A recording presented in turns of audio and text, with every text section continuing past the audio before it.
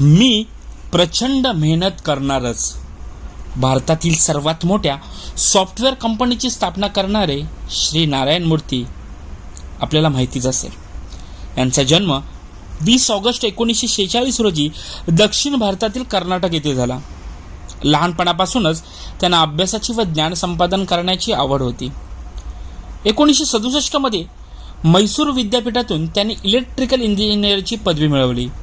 त्यानंतर त्यांनी IIT कानपूर येथे master of technology in computer science ही पदवी मिळवली. त्यानंतर त्यांनी IIM अहमदाबाद व फ्रान्स येथे काही काळ नोकरी केली.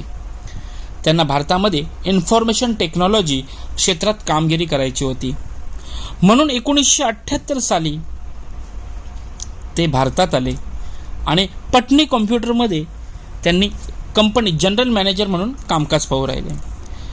1981 साली वयाच्या 35व्या वर्षी आपल्या पत्नीकडून 10,000 रुपयाचे कर्ज घेतले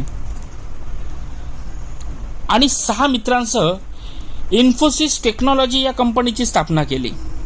त्यावेळी नारायण मूर्ती यांनी आपल्या पत्नीकडे 3 वर्ष मागितली आणि ते म्हणाले, मला प्रचंड मेहनत करून हा उद्योग उभा करायचा आहे.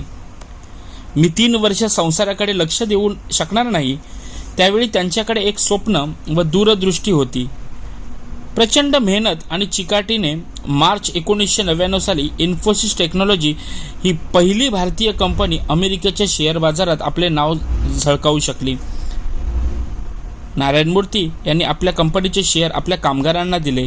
याचा आजचा बाजारभाव हा करोड रुपयांमध्ये आहे. इन्फोसिस ही करोडपती कामगारांची कंपनी म्हणून ओळखली जाऊ लागली.